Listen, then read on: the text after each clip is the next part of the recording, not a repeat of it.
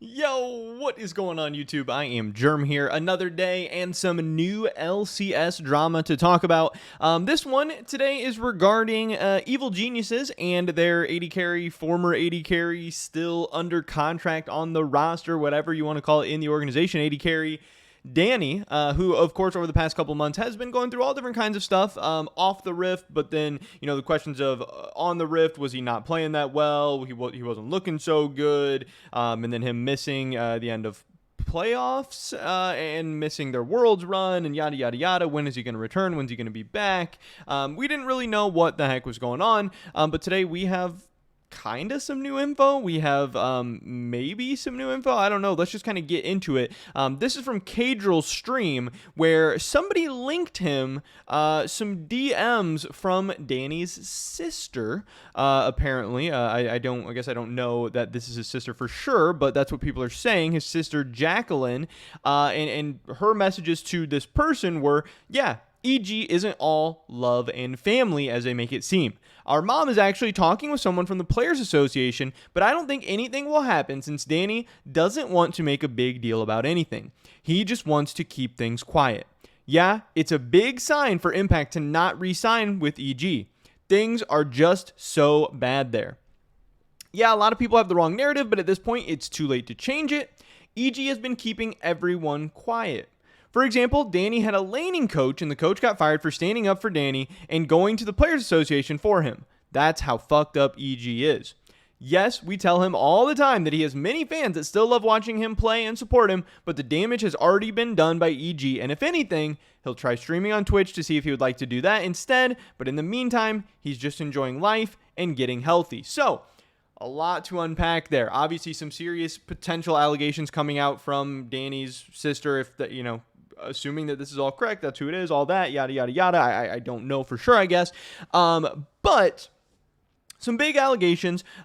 She does kind of confirm at the end that, yes, he is just trying to, get happy, get healthy, that kind of stuff. So, yeah, there is definitely some issues going on behind the scenes or whatever he's trying to recover from. I don't think that's really shocking to anyone at this point. But also, it seems like there's another layer of all this that not only does Danny need to get healthy, get happy, get right, build back up. Hey, he has all these fans that he still wants to play for, yada, yada, yada. But it also sounds like that if what she's saying is true, that he doesn't want to come back and play for EG, which is interesting because this is, not really what we heard from EG previously, where they're saying, hey, we're going to fully support Danny. He's still on our team. He's still under contract. He's not going to be with us at the start of the season, but hey, who knows? We're going to see what's going to happen.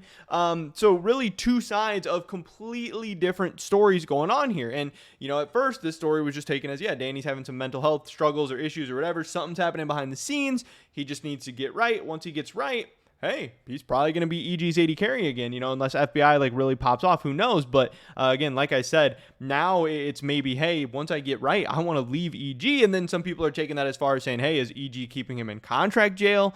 Did he want to leave EG this offseason, but they wouldn't let him, yada, yada, yada. I don't really know. There's so many layers to this whole thing now, and it's just getting really spicy and really interesting. But we did have a statement come out from EG, Nicole LaPointe Jameson, an emotional morning at EG, a quick note on the LCS operational allegations, where she posts a quick little 2-minute Twitter video talking about, the things that have come out about EG. Now, this didn't really get that much traction. It's got 90,000 views, which is good, but it's only got 913 likes. So I don't know if a ton of people have seen it just yet. So I definitely wanted to share it. And of course, I'm going to tell the story. Got to tell both sides of the story because I don't really know what the truth is. I don't know where we're at right now.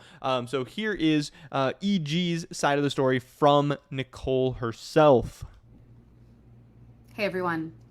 Like many of you, woke up today to find pretty disappointing and shocking allegations around how we treat our LCS staff and our LCS players that are just a really big blow personally into the org right now. And especially considering, we care a lot at EG around taking care of our athletes. And it's a shitty situation to be in because between HIPAA and legal employment constraints, I can't say much. I can't give the transparency and the factual statements that people are hoping for. But what I can say pretty firmly is the allegations that are being made are untrue. It's completely unfounded. And this is a rough blow, especially considering I personally probably spend more time with our players and our players' parents and families than I even do my own. And so it's a shock and surprise to get the feedback in this medium this way. And so, I just want to reiterate, we hire or don't hire based on athletic needs for upcoming seasons and support. We love to support and will continue to support and invest in our players.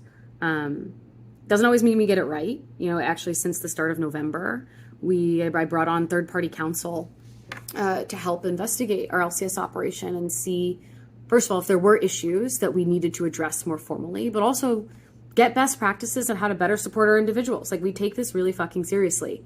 And so I'm responding emotionally because this emotionally hurts everyone involved. So I continue to ask for, respect for our players, their families, and all involved parties.